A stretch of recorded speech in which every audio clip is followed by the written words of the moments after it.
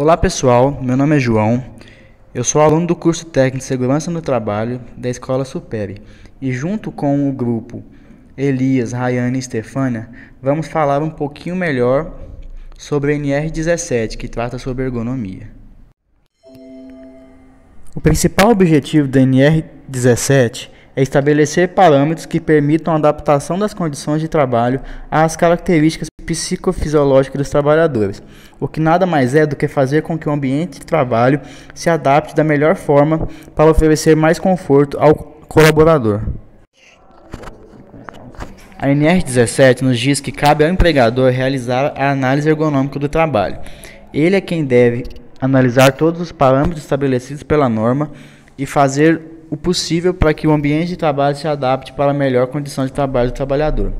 Na imagem abaixo, nós vemos um ambiente totalmente inadequado ergonomicamente. Pescoço com rotação lateral, costas não apoiadas, encosto na cadeira, bordas da cadeira pressionando a zona posterior da coxa, monitor mal posicionado, luminária mal posicionada e etc.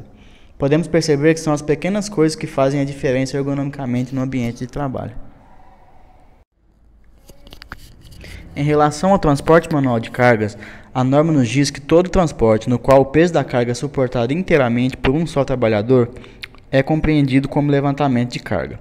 E todo trabalhador deve receber treinamento ou pelo menos instruções satisfatórias quanto aos métodos de trabalho que ele irá realizar.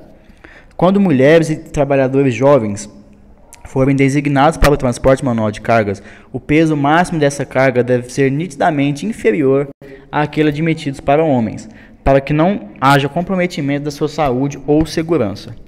Sempre que o trabalho puder ser executado na posição sentada, o posto de trabalho deve ser planejado e adaptado para esta posição. A norma também nos traz algumas orientações quanto à postura e levantamento de carga de transportes. Deixe as pernas e os braços executarem o trabalho. Nunca gire sem ao mesmo tempo mover os pés. Tenha certeza de que o chão está livre e que tem um lugar seguro para colocar a carga. Essa norma também trata de alguns aspectos do layout do ambiente de trabalho.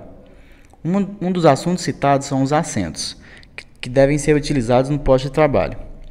A altura ajustável ao trabalhador e a natureza da função exercida. Características de pouca ou nenhuma conformação na base do assento. Borda frontal arredondada, encosto com forma levemente adaptada ao corpo para a proteção da região lombar. A gente tem que prestar atenção também nos assentos, né? Eles têm que ser ergonomicamente corretos. Por exemplo, a borda frontal de uma cadeira tem que ser arredondada. E o assento sem formato de acompanhar as nádegas, então deixa ela lisa normal. Rotação no próprio eixo. Regulagem de altura entre 37 e 50 centímetros com relação ao piso, para adequar o tamanho da perna da pessoa. Tem que ter apoio em 5 pés com rodízios, tá? E os braços tem que ter altura regulável de 20 e 25 centímetros com relação ao assento. Isso é para adaptar o corpo de qualquer pessoa. A base tem que ser estofada, e o encosto ajustável, a inclinação ajustável, e o revestimento tem que ser um material que permite a eliminação natural do suor.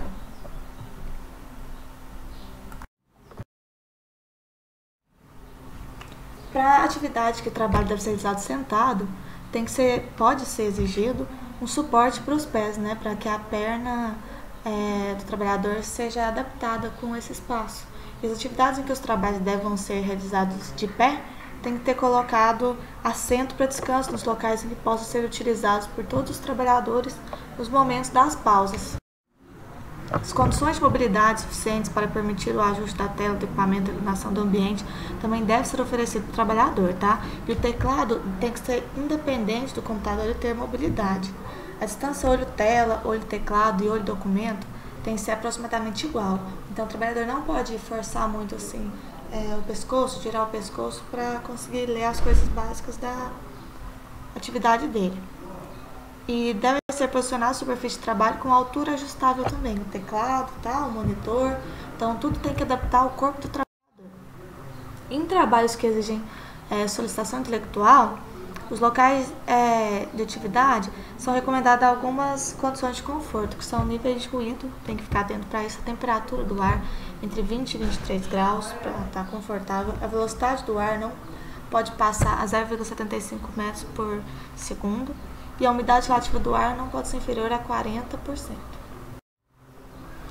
E o trabalho em telemarketing, tá? E teleatendimento tem que ter alguns confortos também, que são headsets, microfone e fone de ouvido, para a pessoa não ficar tendo que segurar o telefone, apoio para pés, que a gente já falou sobre isso, e abafadores, para eliminar um pouco do ruído externo das outras cabines de atendimento. O monitor do vídeo e teclado devem estar apoiados em superfícies com mecanismos de regulagem independentes, que a gente falou aqui, certo? E a bancada deve ter no mínimo 75 de profundidade e 90 de largura para cada pessoa. E a bancada com material de consulta deve ter no mínimo 90 de profundidade, sua borda frontal e largura de 1 metro para proporcionar uma zona de alcance manual de no máximo 65 centímetros de raio de cada lado. O plano de trabalho deve ter sempre bordas arredondadas, a superfície de trabalho deve ser regulada em altura em um intervalo mínimo de 13 centímetros, o mouse deve estar apoiado na mesa, na mesma superfície do teclado, colocando em área de fácil alcance com espaço suficiente para a livre utilização dele. O espaço sobre a superfície de trabalho deve ter profundidade livre, mínima de 45 centímetros ao nível dos joelhos e de 70 ao nível dos pés, medidos da sua borda frontal.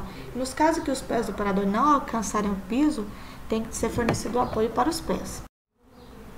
Aqui é uma forma correta de você estar sentado no seu local de trabalho no computador. Então, os pés paralelos ao chão, se não alcança o chão em um descanso, as coxas levemente inclinadas, não formam de 90 graus, elas estão um pouco inclinadas, a parte inferior das costas apoiada no encosto da cadeira, nível dos cotovelos levemente inclinados, os ombros relaxados, cotovelos e mãos alinhadas, a distância do monitor entre 45 e 70 centímetros, o topo da tela no nível dos olhos ou um pouco abaixo, a tela posicionada para evitar brilhos, tá? Não pode ser uma que fica contrária à janela, batendo e voltando um reflexo no seu olho. E o espaço abaixo da área de trabalho desobstruído.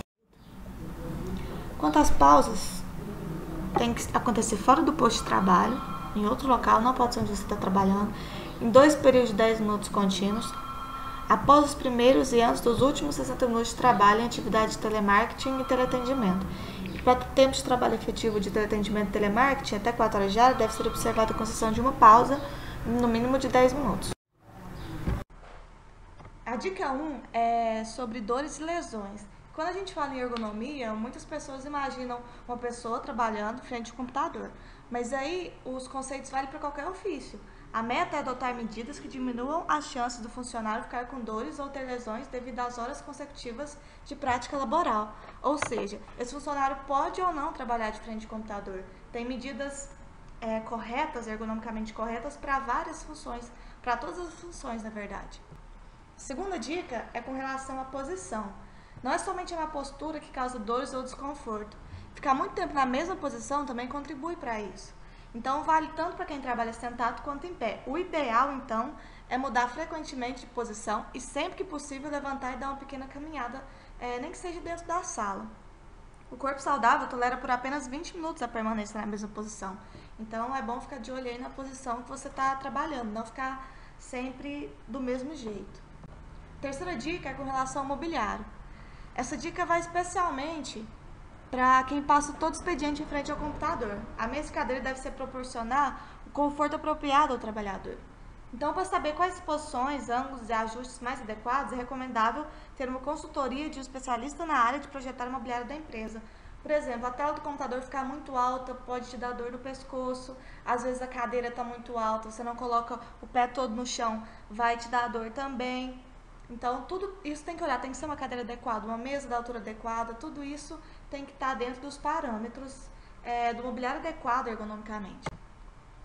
A quarta dica, então, é com relação ao computador, né? Que ao planejar o mobiliário de uma estação de trabalho, tem que lembrar sempre que a correta posição do equipamento também deve ser levada em conta. A tela do computador, por exemplo, ela não pode estar próxima demais aos olhos, tem que estar ao menos 45 a 70 centímetros de distância dos olhos. ou abaixo da linha da visão de uma cabeça reta. É o que eu falei anteriormente, não pode estar muito alta a tela do computador, senão você fica olhando para cima e acaba dando dor no pescoço. A quinta e última dica é com relação ao ambiente, porque há outros fatores dos quais mesmo o gestor mais preocupado pode não dar conta na hora de planejar um ambiente de trabalho confortável. Por exemplo, a iluminação, climatização, acústica, são as coisas mais óbvias. Mas humanizar o ambiente com quadros, plantas, um estímulo à interação entre os funcionários também ajuda a tornar eles muito mais satisfeitos, saudáveis e produtivos. Então, fazer com que esse funcionário se sinta confortável no seu ambiente de trabalho também vai gerar uma melhoria na produtividade e na felicidade em trabalhar desse colaborador.